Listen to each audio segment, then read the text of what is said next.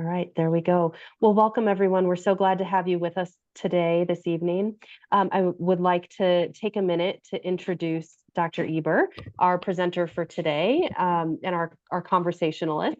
So Dr. Leslie Eber is a medical director in Colorado. She divides her time between clinical practice, medical directorship, and research. She's board certified in internal medicine by the American Board of Internal Medicine and is a certified medical director.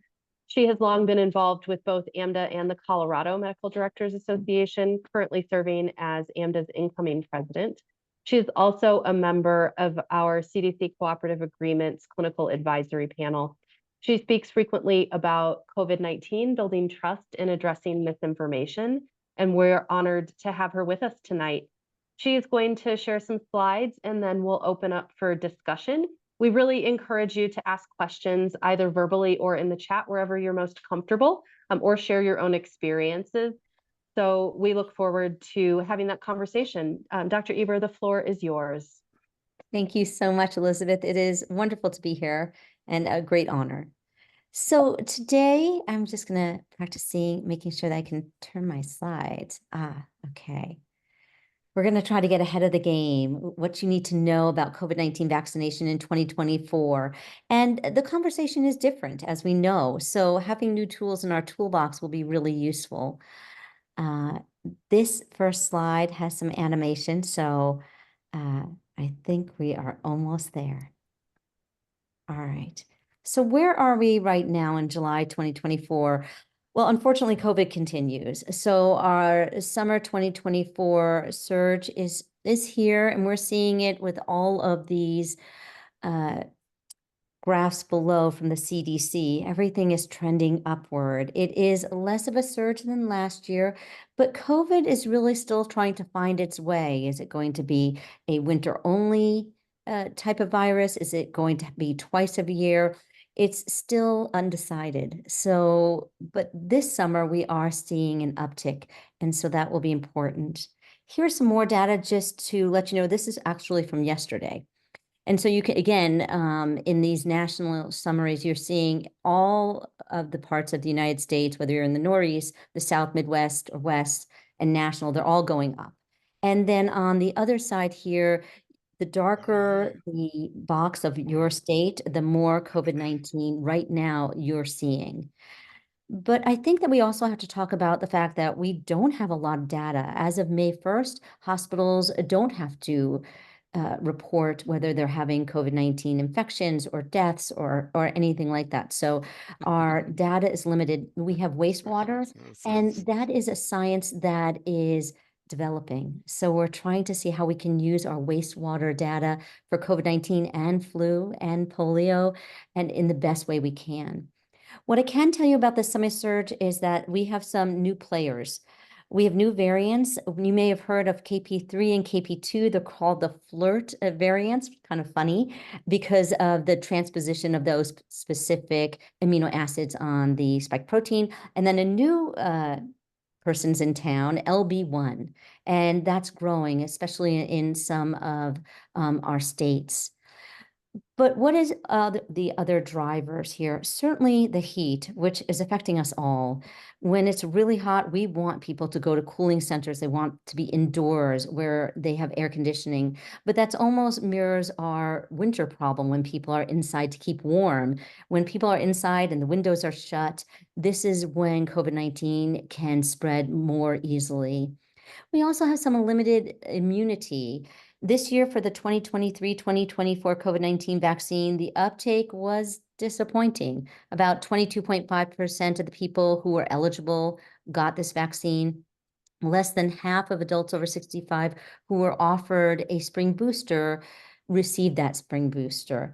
And we know, especially with our older population, that this immunity wanes in 3 to 6 months. And so all those things are making our summer surge possible. All right. And please feel free to put things in the chat, or if you want to unmute, ask your questions. We always welcome the conversation. So ACIP recommendations for COVID-19 vaccination in 2024 happened just a few weeks ago, June 27th. and they're going to recommend the COVID-19 vaccine for everybody 6 months and older. So that really includes all the people we are caring for. It will be an updated vaccine, and I think it's really important not to call it a booster. Just like we have new flu vaccines, this is a brand new vaccine that targets new variants of COVID-19. So it's not boosting the old vaccines. It's brand new. And this year we're going to have a different kind of situation. The ACIP asked everybody to try to target that KP3 variant that we just talked about previously. But the messenger RNA vaccines are able to pivot very quickly, not so much with that protein platform, which is the older type of vaccination platform. They aren't quite able to turn as quickly, and they're probably going to target the JN1 variant, which is a little bit older, but these two variants are very close. And so we may have a choice. As we get closer to August and September, we're all going to talk about how to message that situation if we have two different vaccination choices. What we really want to encourage people is to get vaccinated because it's a game changer, as we know. So the big question on everybody's mind is maybe COVID's just a cold. Maybe it's not a big deal. Is COVID still dangerous? But unfortunately, the answer is yes, especially for our patient population. COVID can be a killer, and we want to make sure that we protect our residents and really share with them what we know. So in 2023, 2024, when we compare getting a COVID infection versus a flu infection, the COVID infection is much worse for people. 34% greater risk of death, twice as almost 200% increase in risk of hospitalizations, especially for our patients with multiple comorbidities, patients who are smokers, who struggle with obesity. These type of infections from COVID-19 are really dangerous. And one shot, in the fall can really make the world of difference. It can save your life. So how useful is the vaccination? What can we expect? I think that there was some challenging messaging around the COVID-19 vaccination. What will it do for you? It's not like the measles vaccine that it will prevent every infection and you'll never have a symptom. That's not the way this vaccine works, but it will decrease your risk of getting symptoms. We've seen that from the 2023-2024 COVID-19 vaccine efficacy, information, and data, decreasing your risk by 54%. So that's a pretty good deal. Decreasing your risk of hospitalization profoundly, decreasing your risk of death or your risk of an ICU stay or need of a ventilator. So these are big ticket items for health and happiness and quality of life. Again, this is a game changer.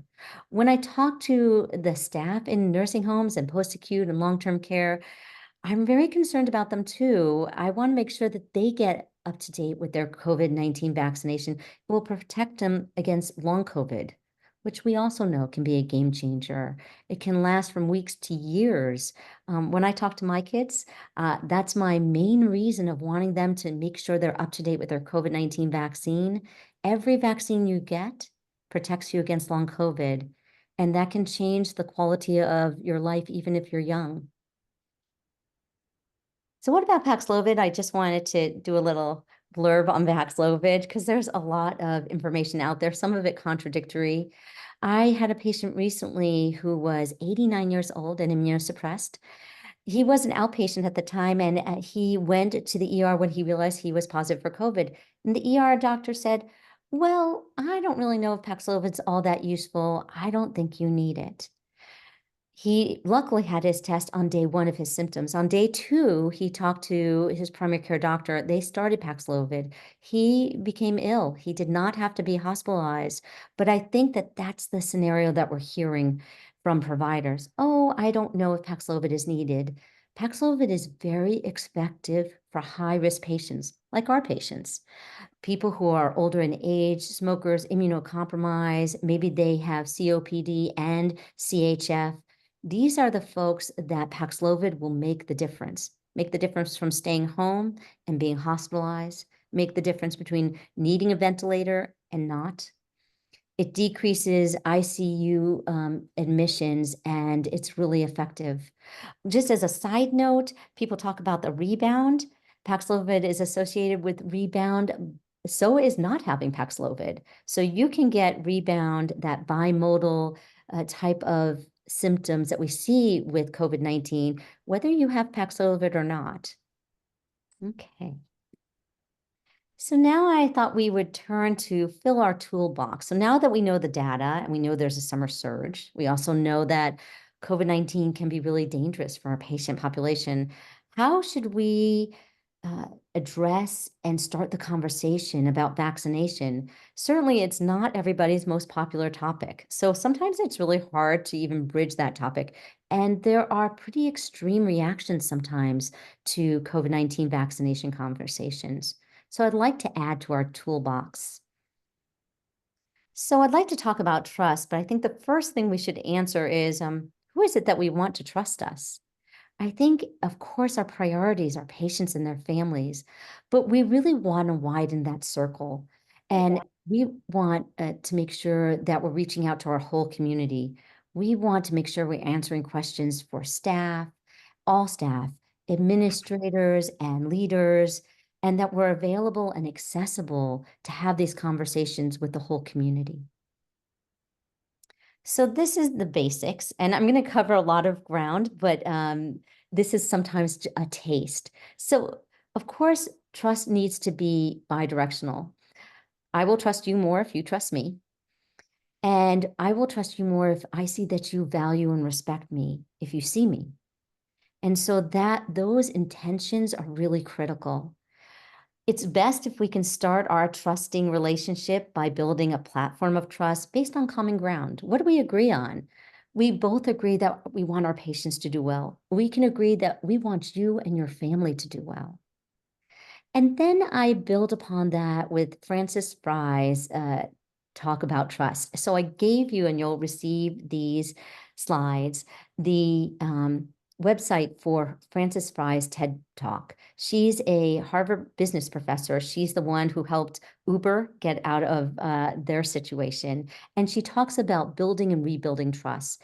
She explains that trust is really a three-legged stool, and it has to have all three of these characteristics in order to build a concrete platform of trust. So we need to have empathy. You need to know that I care about you and I'm invested in you. We need to have authenticity. You need to think that I'm not just selling you a line, but that I'm being honest with you. And it needs to make sense. It needs to be logical. If you haven't had this or seen this TED Talk, it's about like 12 minutes, best 12 minutes you can spend. So I just wanted to touch about this. I thought it was so interesting. This is a 2024 National Consumer Survey about healthcare and what people see as quality. And they really see that relationship-oriented delivery of care makes all the difference. When patients and family feel that you're caring and listening to them, that's what they see as high quality. And we could understand that. Again, these are the platforms of trust. But what's new in 2024 is we've learned a little bit. So we always had great intention. We are part of healthcare, and I like to concentrate on the care. But sometimes our best intentions don't lead to the impact that we were dreaming of. We saw that even in 2023, 2024, with the uptake of the COVID-19 vaccination. I see I have something in the chat.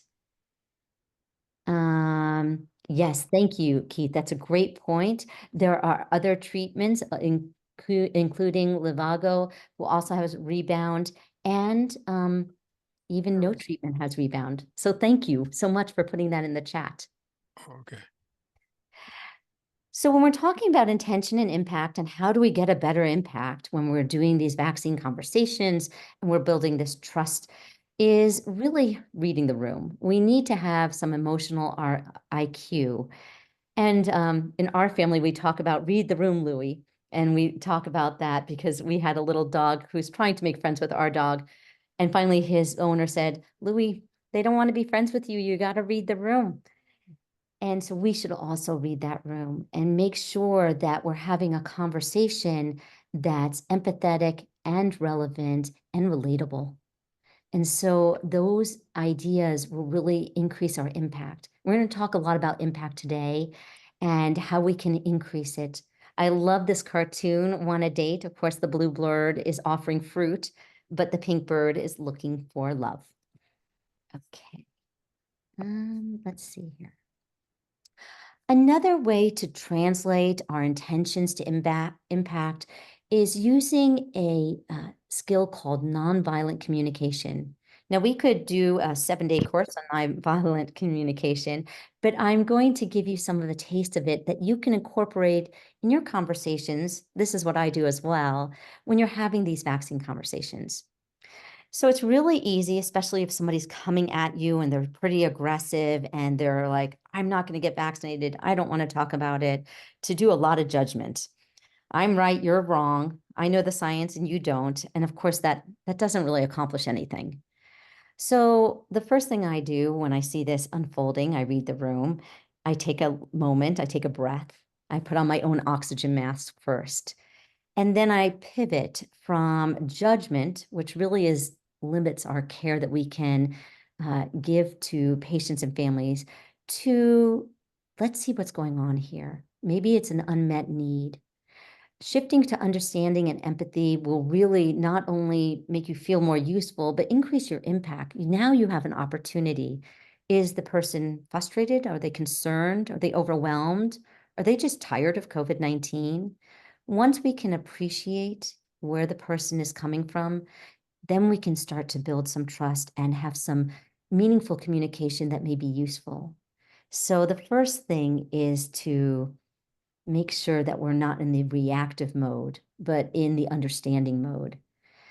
And then we can start making some conversations and answering questions. And there may be open doors even for vaccination and further discussion. You don't need to seal the deal on the first conversation. Sometimes just bringing down the temperature and opening a door of opportunity, that's a win. And I just want to make sure that we know that trust doesn't equal agreement. We don't have to agree with everything that's being said in the room, but we certainly should be empathetic and caring for people's fears and their concerns. So now I'm just going to talk a little bit about trust and misinformation. Unfortunately, misinformation has not gone away. People who are spreading misinformation are great at it. They have got it down. And so it's our job to see what we can do to make sure people have useful information that's accurate. So this is from June of 2024. I really love this article from JAMA, and it talks about trying to make a stairway of understanding. It's a process. You don't have to debunk misinformation in the first 10 minutes. That may not be possible. But here are some tips to make it so that these conversations are useful, they're full of opportunity and understanding. So do keep the patient's interest in front and center. You may have to see 12 other patients after that, but we want to make it about the patient and not bring our luggage into the conversation. Of course, don't shame or blame or stigmatize the person, especially if they're trusting you enough to tell you what they really think. Nobody wants to feel that way, and it really shuts down the conversation and any opportunities. Do find out what the patients are concerns or questions, where they're coming from, and encourage that disclosure. When you have an open conversation and people feel that they're being respected and seen and valued, then they can feel like they can tell you the truth. So we really want to solicit the patient's point of view. And the one thing that we're really working on, which we really realized in 2023, 2024, is we're not very good at understanding what the patient is understanding. So when we think we're giving them all these information, they may not be receiving it all. So checking in and making sure that we're communicating well, using stories is one of the best ways to communicate. And I just want to make sure, Heather, do you have a question or anything? I just wanted to make sure. No. Okay, just making sure. Thank you. I use a lot of stories and I make it personal, and that's how we make ourselves relatable. So I often talk about my kids, why I would have them vaccinated, how I made that decision. And then if you can confirm the understanding, that's really helpful. You can say, so I'm so glad we had this conversation, and I can understand your concerns about maybe infertility or side effects. Did I answer all your questions? And tell me what you received from this conversation so I can make sure I got it right. So this is some more information that we are learning about in addressing misinformation. I love this sign. Dinosaurs did not read. Now they're extinct. Is that related? Probably not. So the first study that I'm going to talk about is inoculation for misinformation. It's like vaccinating folks to be aware of misinformation. And it's also called pre-bunking. So it's better to let people know that the bell's about to ring than to try to unring the bell. There are two strategies here to warn people that there's a lot of misinformation, especially on social media, TikTok, Snapchat, so that they're aware. And you could also do the pre-bunk. So I understand that there is, concern that maybe the vaccine could even cause mortality. Actually, it's more likely that you would be hit by lightning than you would pass away from this vaccine. So that can be kind of a relatable pre-bunk. It can be issue-based or technique-based. Nobody wants to be had. So if you can warn them, gosh, there's a lot of fear-mongering in some of the information about vaccines on TikTok. They'll show you some dramatic scene where someone gets a vaccination and then they have a side effect, and it all looks so scary. And so that is fear-mongering. That's a technique that they're using to kind of manipulate your perceptions. We want to inform rather than persuade. So that's really important. And then I always like to talk about two, true, and unrelated. How should we address events that are associated to vaccination, but there's no causation?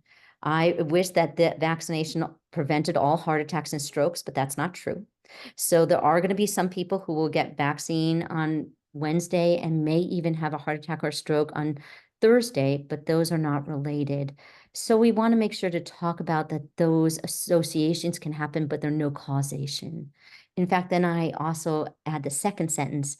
If you really want to make an impact on heart attacks, getting the COVID-19 vaccine will prevent a lot of those heart diseases that are associated with a COVID-19 infection. It's actually a good way to prevent a heart attack. So I'm going to end with some action items that you can do tomorrow. I really encourage everybody to listen and understand, to be curious, ask questions, invest in your staff, patients, and family members. Remember and remind yourself that the person's perception, that is their truth, that is their reality. And so we need to start there. Make sure you're generous with your time. Don't be in a rush. Don't be looking at your watch. And be accessible and be invested. Make sure also that you appreciate the balance of power. Sometimes it takes a lot of courage to ask a question. Maybe you don't feel that maybe you feel like you're gonna sound silly or it's a foolish question. So I always make sure to honor the person that asked that question and invite them in to the conversation. So I really appreciate you allowing me to be a part of your conversation today. And I wonder what questions or comments that you have. So thank you. Thanks, Dr. Eber. I think you had some really practical suggestions.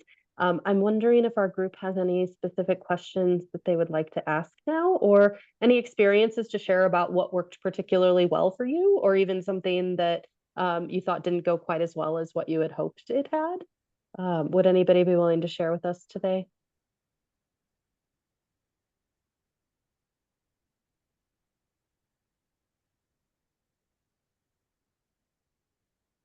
All right.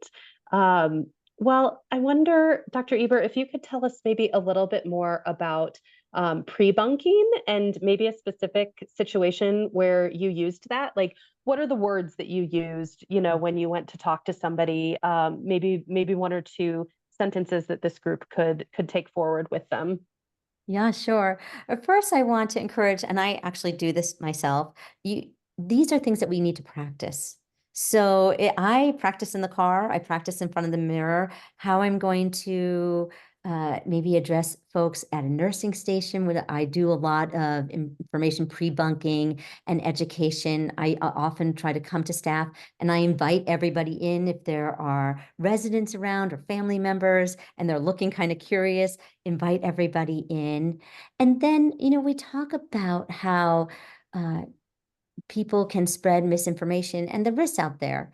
And so we want to make sure that everybody has an opportunity to get accurate and clear information. And one of the things I always encourage everybody to do is if you're not sure if this is accurate or you have a question, I'm available. You can write it down and you give it to the administrator. You can text me, you can email me, you can talk to me. I'm going to be in the facility in a couple of days. You can save your question till then, but really open up that conversation. So if people are unsure, they can ask the question. And then the other thing I remind people is that often misinformation has a grain of truth. So when you see something, you're like, oh, that's true, but I'm not sure if that part of the sentence is true. How do I discern and tease that out? Again, those are good questions to ask. And so that should be a red flag waving at you saying, oh, maybe this is not fully accurate. Anybody who has like a testimonial, often those can lead to be very compelling, but not always true. And then sometimes you wonder about those experts that are being put up in front of us. So I chuckle to myself when they have like an ophthalmologist to be an infectious disease expert. I have to get another red flag that's waving at me. You have to be careful also that we all are susceptible to misinformation. It doesn't matter if you're a provider or a doctor or a student or a patient. So we're all at risk, and you can get caught up in that echo chamber. And so asking questions and asking for clarification is a good first start. And then where should we turn for good information? So the CDC is a great place to start. The American College of Physicians is a great place to start. Of course, Moving Needles has a website, and I think they're pretty good. I've So, heard good things, yes. so those are also places to share where you can double check what you've heard and see if it's accurate. If you only see it in one place and no place else, again, another red flag that I'd like to confirm the information.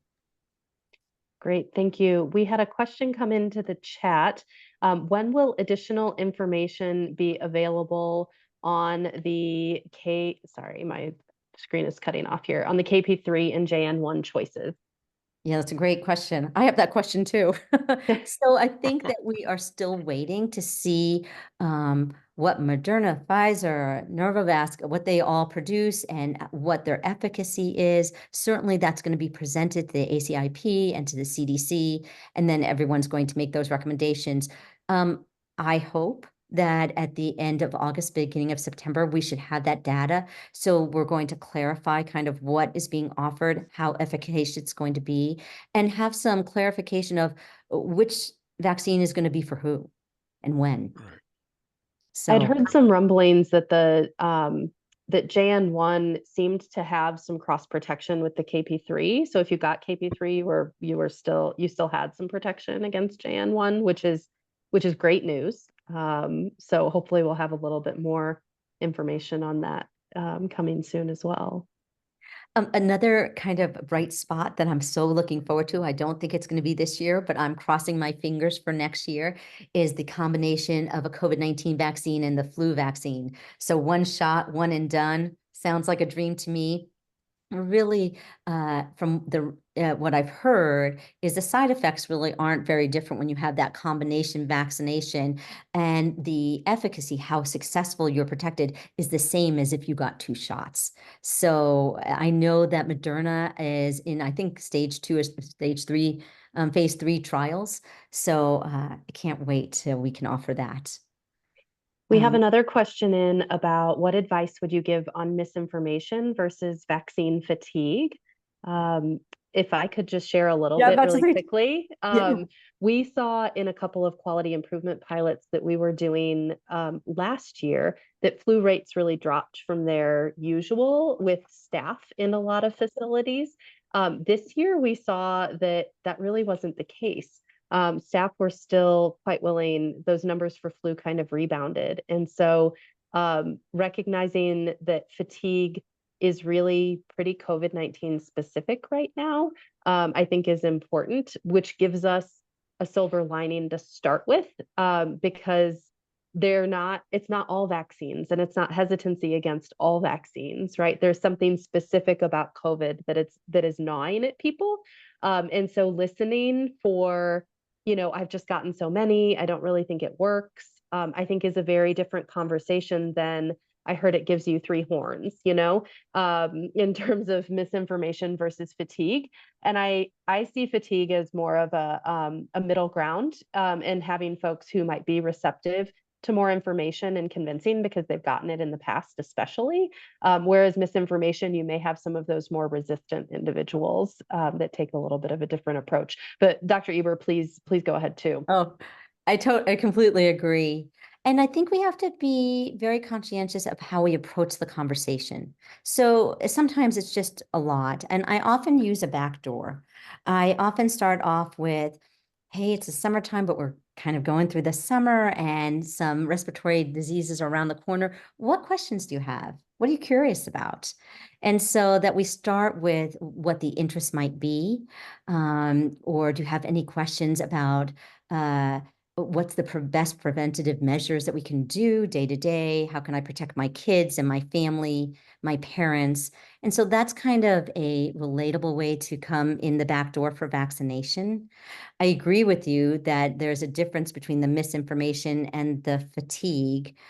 And, we really want to understand where people are coming from. Have they heard something on TikTok? Have they had an experience previously? It's helpful to address their specific concern, then kind of make it generalized. Often it will resonate more there as well. So asking good questions, reading the room, making sure that we're not talking about vaccination every minute of every day, but we're opening that conversation to other questions, medical questions that may be out there, so that we kind of start building that foundation of trust. I don't know if Yeah. I hope that Yeah, answered the question as well. absolutely. Do we have any other questions for today? While we wait and see if anything else pops up in chat, we will close out pretty soon here. We wanted to keep this at 30 minutes for everyone. We do have the recording, so we'll send that out along with the slides to all of you and our other folks who registered today. We appreciate you being here. We're going to be back in August with additional office hours. And if you have specific topics that you'd like us to cover, we would appreciate dropping us a line and letting us know what would be most helpful to you, and we'll make sure to get that covered. All right, any other information? Thanks, Heather. August 20th is our next one. All right, so we'll close out here then. Many thanks to you, Dr. Eber. I appreciate all of the great information that you shared today. And we hope everyone has a great rest of your evening. Thanks so much. Bye-bye now. Thanks, everyone.